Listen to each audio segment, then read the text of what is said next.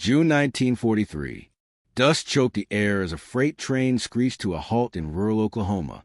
Inside, hundreds of captured German soldiers, many still in tattered Afrika Korps uniforms, pressed against the slatted wood, staring in stunned silence. Outside, a horizon of grain silos, oil derricks, and endless paved roads stretched farther than any of them had imagined. One young corporal whispered, "This isn't a country, it's a factory with guns." And then he made a decision no one was prepared for. Which country are you watching from? By 1943, the tide of World War II had turned.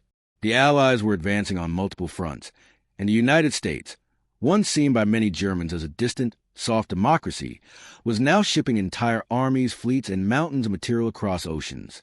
For German high command, America's industrial capacity was a rumor, a myth inflated by propaganda. But for the men captured in North Africa after Rommel's retreat, the truth would soon become undeniable and terrifying. In the confined world of the Wehrmacht, discipline, scarcity, and sacrifice were virtues. What awaited them in America defied every assumption about war, logistics, and national will.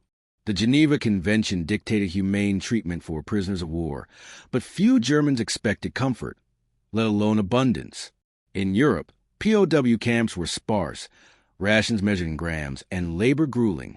Yet the U.S. War Department had authorized the construction of over 500 internment camps across the American heartland, not as punishment, but as logistical necessity. These camps, often surrounded by nothing but wheat fields and sky, were clean, orderly, and bafflingly well supplied. From barbed wire, captives watched civilian trucks roll past loaded with canned food, tires, new boots, items that in Germany were reserved for generals or unavailable altogether. The psychological impact was immediate. German officers, trained to believe their nation was technologically and morally superior, now saw American teenagers driving brand-new Jeeps, farmers using tractors to plow 1,000-acre plots, and rail lines humming day and night with fresh steel. Each sight chipped away at the narrative they'd been fed, that Germany was winning, that America was decadent and divided. For some, the realization sparked despair. For others, silent rebellion. The stakes weren't just survival, they were identity. To accept America's power was to question everything they'd fought for, and in the rigid hierarchy of the Wehrmacht, doubt was dangerous. Corporal Erich Vogt was 22 when his Panzer unit surrendered near Tunis. Lean, with sharp eyes and calloused hands, he'd grown up in a working-class neighborhood in Stuttgart. His father, a toolmaker, had taught him precision and pride in craft, values the Nazi regime twisted into obedience. Erich never joined the party, but like millions, he wore the uniform without protest. He believed in defending Germany, not conquering others. During the Desert Campaign, he'd seen fellow soldiers starve while officers hoarded rations. That betrayal hardened him. He learned to speak little, watch much, and never show fear, even as the war turned into a rout. Before the war, Erich had apprenticed at a locomotive factory. He understood gears, steam pressure, and supply chains. When American guards at Camp Aliceville in Alabama handed him a tin of peaches, still sweet, still syrupy, he didn't just taste fruit. He calculated the logistics, the canning plant, the rail network, the fuel, the labor. In Germany, such a can would have been reserved for hospitals. Here, it was handed out like candy. That night, he lay awake listening to distant freight trains. Each whistle wasn't just sound. It was proof of a machine far larger than any army. He began to wonder if resistance was futile or if dignity lay in something else entirely. Erich wasn't a leader by rank, but by presence. He never raised his voice, yet younger prisoners sought his counsel. He kept his uniform clean, his boots polished, not out of loyalty to the Reich, but because slovenliness felt like surrender. He'd seen men break under boredom, turning on each other over scraps. So he organized quiet routines, morning calisthenics, shared books, even chess matches carved from scrap wood. His inner discipline wasn't about glory. It was about preserving the self when everything else had been stripped away. And when the first rumor spread that prisoners might be put to work harvesting crops, he listened carefully, weighing not just the risk, but the meaning. The warning came in July. Camp Command posted a notice. Volunteers needed for agricultural labor. Pay, 80 cents a day. half what Americans earn, but real money, redeemable at the camp canteen. Many Germans scoffed. "We're soldiers, not farmers," one sergeant muttered. Others feared it was a trick, a test of loyalty. Erich said nothing. But that evening, he overheard 2 SS-affiliated prisoners threatening anyone who signed up. "Traitors feed the enemy's stomach." The air grew tense. Silence spread through barracks like frost.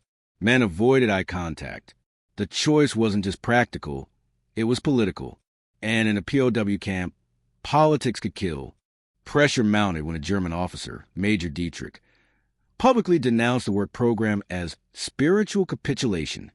He gathered loyalists, reminding them that accepting American wages blurred the line between prisoner and collaborator.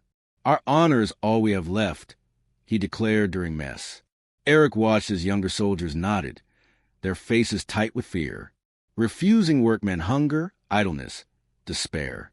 Accepting it risked ostracism, or worse.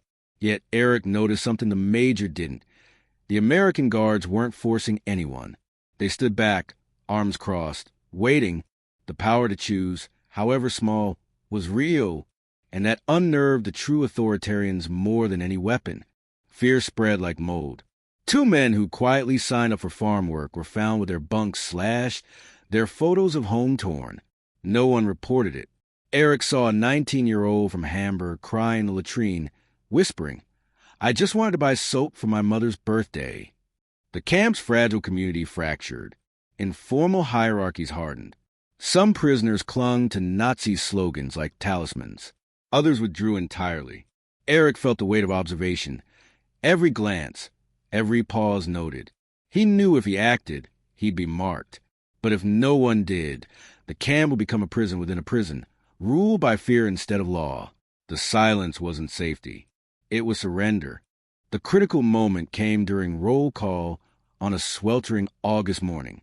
The camp commander, Captain Rayford, a lean Texan with a calm voice, announced that 10 prisoners would be selected for a pilot farm detail near the camp. Volunteers only. Major Dietrich stepped forward. "We do not serve American interests," he said loudly. The assembled prisoners stood rigid. Heat shimmered off the asphalt. Captain Rayford didn't argue. He simply nodded and turned to leave. Then from the third row, a voice, quiet but clear, said, "I'll go." All heads turned. Erich Vogt stepped forward, cap straight, eyes level. Major Dietrich spun, face flushed. "You disgrace your uniform."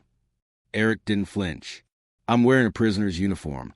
Her major, not a soldier's." A murmur rippled through the ranks. Captain Rayford paused, watching. The air hung thick. Erich added, "Hunger doesn't care about honor, and neither does dignity." He didn't shout. He didn't gesture. He simply stood, alone, exposed, but unbroken. For a long moment, no one moved. Then, from the back, another man stepped forward. Then another. Within minutes, a dozen volunteers stood beside Erich. The Major's face twisted, but he said nothing. The moment passed, not with violence, but with stillness. Later that day, in the camp office, Captain Rayford offered Erich a seat. "You know you'll be watched," he said. Erich nodded. "So will you." The American smiled faintly. "Why'd you do it?" Erich looked out the window at a delivery truck unloading crates of oranges. "Because I want to see how a country that can feed its enemies," he said slowly, "might one day feed the world." Rayford didn't reply, but he made a note in his log. Voigt, cooperative, observant, no ideology. Potential bridge. Outside, the sun beat down on a land that didn't ration hope. The confrontation wasn't with guns, it was with presence. When the farm detail left the next morning, Major Dietrich and his loyalists lined the gate, faces hard. But Erich walked past without a glance. On the farm, the work was hard, baling hay under a blazing sun. But the farmer, an elderly man named Walt, treated them like hired hands, not captives. He shared water, showed them how to fix a broken baler, even joked about his son fighting in Italy. That evening, back at camp, Erich placed his day's earnings, 80 cents, on the mess table. "For soap," he said to the boy from Hamburg. No speech, no fanfare, just action. The genius of Erich's decision wasn't defiance. It was redefinition. He didn't reject German identity. He refused to let it be weaponized against survival. By volunteering, he turned labor into autonomy. By sharing his wages, he rebuilt community.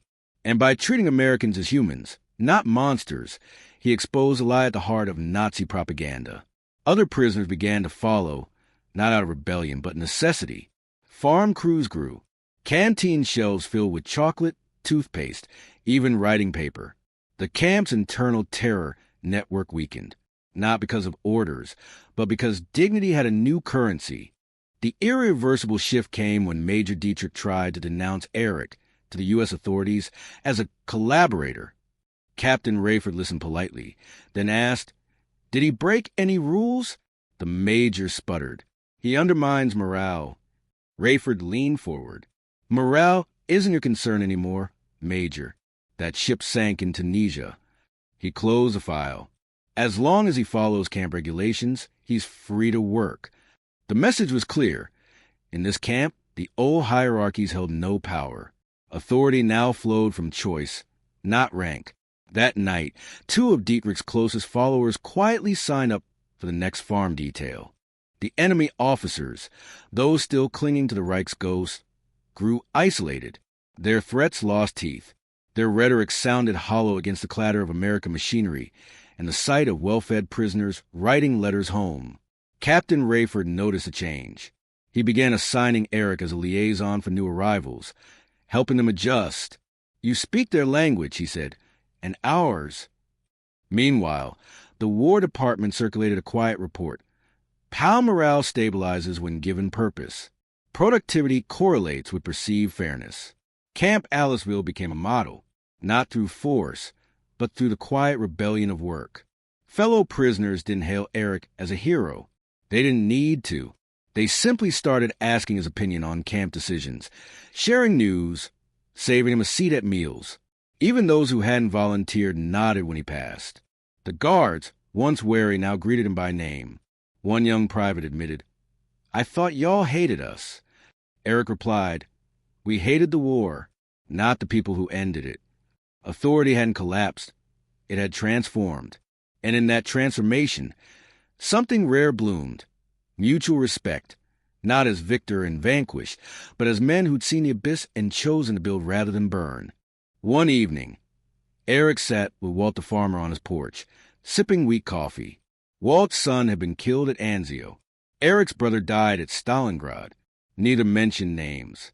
They spoke of wheat yields, engine trouble, the stubbornness of mules. Then Walt said, "You could have stayed in that camp." Pretended. Erich stared at his hands, still stained with soil. Pretending doesn't fill your stomach, or your soul. Walt nodded. "Guess we both learned the same thing." They sat in silence as fireflies blinked over the fields. No flags, no anthems, just 2 men, tired of lies. Back in his bunk that night, Erich wrote a letter to his mother, his first in months. He didn't describe the abundance. He wrote about the sky, the quiet, the way Americans said "sir" to prisoners. "They don't gloat," he wrote. "They just live. And in living, they show us what we lost." He didn't know if the letter would reach Stuttgart, but writing it felt like reclaiming something. Not victory, not shame, just truth. He folded the page carefully, as if it were a relic.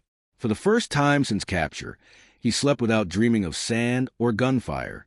After the war, Erich Vogt returned to a shattered Germany. He never rejoined the military. Instead, he helped rebuild Stuttgart's rail yards, using tools, not ideology. His story spread quietly among former POWs. The corporal who walked out of line not to betray, but to remember what it meant to be human. Decades later, an American historian interviewed him. "What shocked you most?" he asked. Erich paused. "Not the factories, not the food." He looked out his window at a rebuilt city. The fact that they trusted us enough to let us choose. That trust, fragile and fierce, became his compass. And in the ruins of war, sometimes it's the only victory that lasts. Erich Vogt's quiet courage reminds us that dignity isn't lost in defeat. It's reclaimed in choice. If this story moved you, *, subscribe, and comment. Asterisk when have you chosen humanity over ideology?